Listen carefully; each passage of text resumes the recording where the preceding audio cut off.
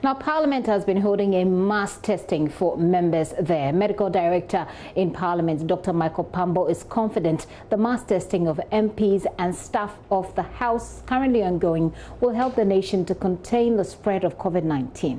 Samples are being taken from about 700 MPs and staff pursuant to a directive from the Speaker. Parliamentary correspondent Joseph Bokugapu has more in this report. So, right behind me at the moment, here on the premises of Parliament, samples of about 700 members of Parliament and staff of Parliament are actually being taken, so they'll be tested for COVID-19. We gather this is something that would happen throughout this week. Now, it's a process that lasts for just about 5 minutes. They come in, the samples get taken, and it's a team from the Noguchi Memorial Institute that's actually handling this. And they will then take the samples to their labs in order for the testing to be done. And in about 48 hours or so, the results will be ready, and those results will be communicated directly to the members of Parliament and the staff. I've been speaking to Dr. Michael Pambo, who is the medical director here in Parliament, on the exercise that has been happening here. It's an individual thing when it comes to results.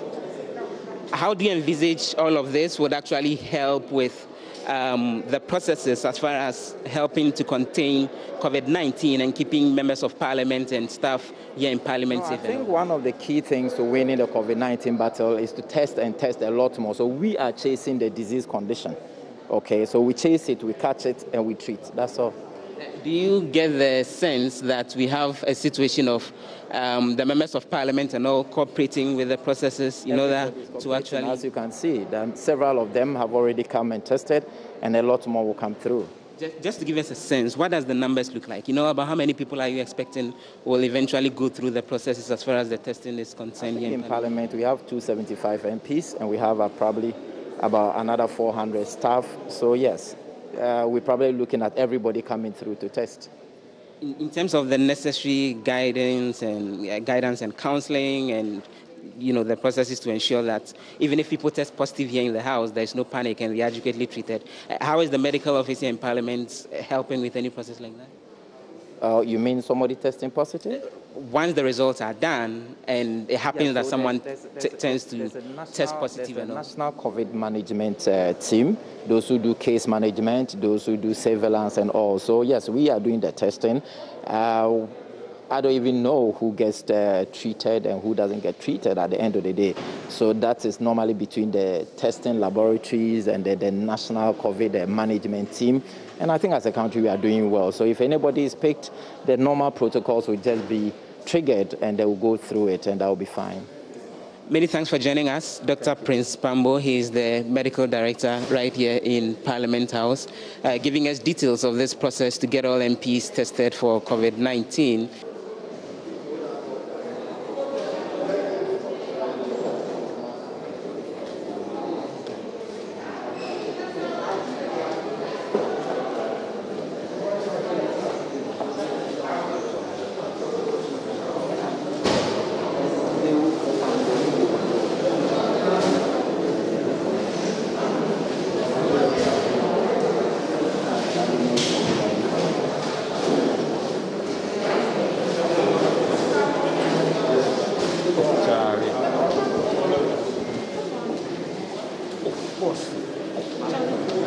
Amen. Sorry. Your light go on. When we are done.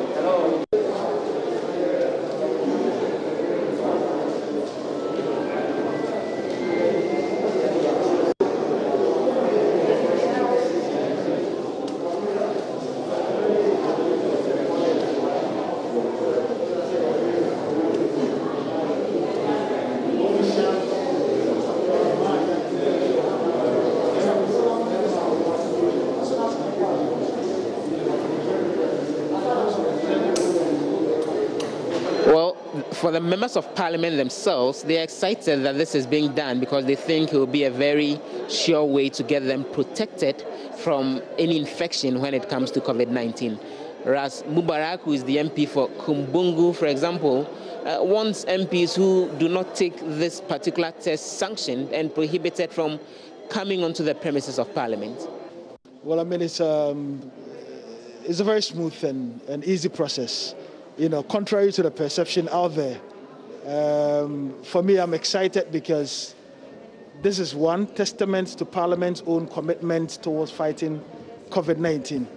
Secondly, as a country, we are battling with issues of stigmatization. Now, when constituents see their representatives undergoing these exercises, it would encourage them to also undergo the testing if need be. We've had reports of people who have tested positive and have had to run away simply because of stigmatization. And we all have a duty to ensure that people are not getting stigmatized.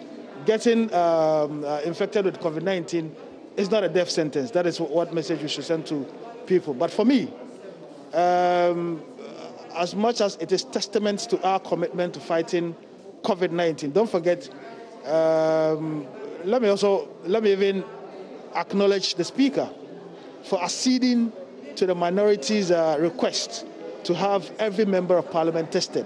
I think it's very progressive. Having said this, Ghana obviously would come at the heels of Botswana, which is the first country that has organized mandatory testing for members of Parliament. And it is important that as the gateway to Africa, we are seen as showing leadership and leading the way. You know, Botswana tested all of its members of Parliament. Beyond the testing of MPs and staff, I want to see the testing of spouses of members of Parliament. You know, I want to see a mandatory testing of journalists who cover Parliament as well. And I believe it would go a long way to helping all of us in this fight. What should happen if an MP does not take the test or refuses to take the test? It is mandatory, and the standing orders of Parliament aptly provide sanctions for people who violate directives of the Speaker or people who violate the House directives. So I'm sure that I don't think any member would say in good spirit that he would not want to subject himself to this particular process. I would believe that, you know, everyone is committed to the fight. This is an educational fight, you know, and it is important constituents are seeing their representatives undergoing these processes. If they don't, should they still have access to the chamber? If they don't, certainly Parliament would have to take a decision to prohibit them from accessing not just the chamber, but from accessing their offices and accessing the premises of Parliament. Because by not undergoing the mandatory testing, one may be endangering all members of Parliament. Don't forget, in Tanzania, 3 sitting members of Parliament have died in Tanzania of COVID-19 related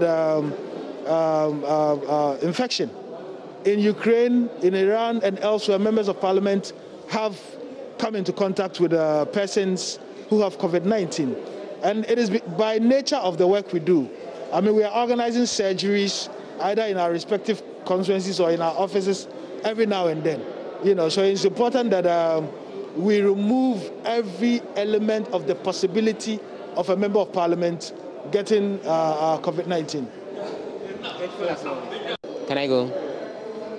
These samples have been taken pursuant to a directive that came from the Speaker of Parliament, Professor Michael Kwe himself, as part of the measures he says will help protect MPs and Ghanaians in general from COVID-19. We wait to hear what the results will be eventually. From Parliament House in Accra, my name is Joseph Bokugapu.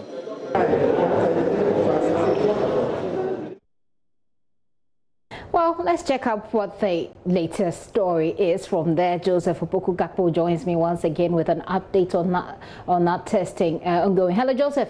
What the situation is the testing over? It's still been ongoing. The samples are being taken.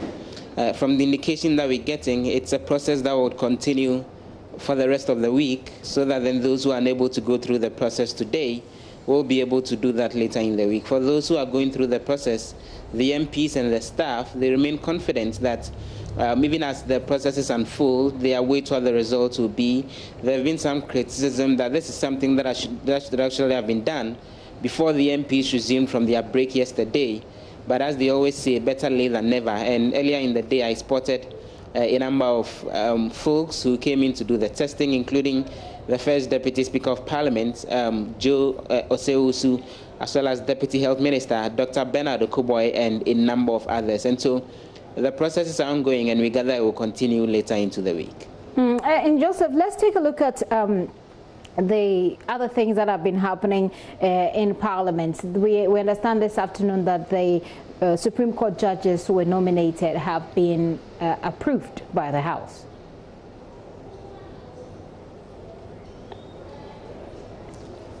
Correct. I will get to that in a jiffy. But again, on the floor, earlier in the day, the issues of COVID-19 came up. Chairman of the Foreign Affairs Committee of Parliament, Frank Anodompre, who is the MP for Nsawama Dwejiri, delivered a statement calling for African solutions to the problems having to do with COVID-19. And in that statement, he got other MPs contribute to it, including the ranking member on the Foreign Affairs Committee, Okujeto Ablakwa. And essentially, the point they've been making is there's been efforts to deal with the COVID-19 situation with the medication that's coming in from Madagascar and the efforts to mobilize support on the African continent to deal with the problem. They would want to see more of that being done instead of a continuous reliance on the West in order to help deal with the problem. Mr. Ablakwa expressed disappointment that recently there was a conference to raise money in order to help fund various COVID-19 initiatives across the world. And he's indicated that he watched stars like Madonna donate up to $1 million and all. But he looked through the list and saw that there was no donation from any African country. And majority of the donors were from the European Union. And for him, that was very much disappointing. He made a strong call on various African nations to ensure that there is increased investment in science and technology per the agreement that African Union governments have made, that up to 1.5% of GDP of the various nations will be invested in GDP. So the MPs have been making that strong call for Africa to take its destiny into its own hands and come up with solutions to deal with COVID-19.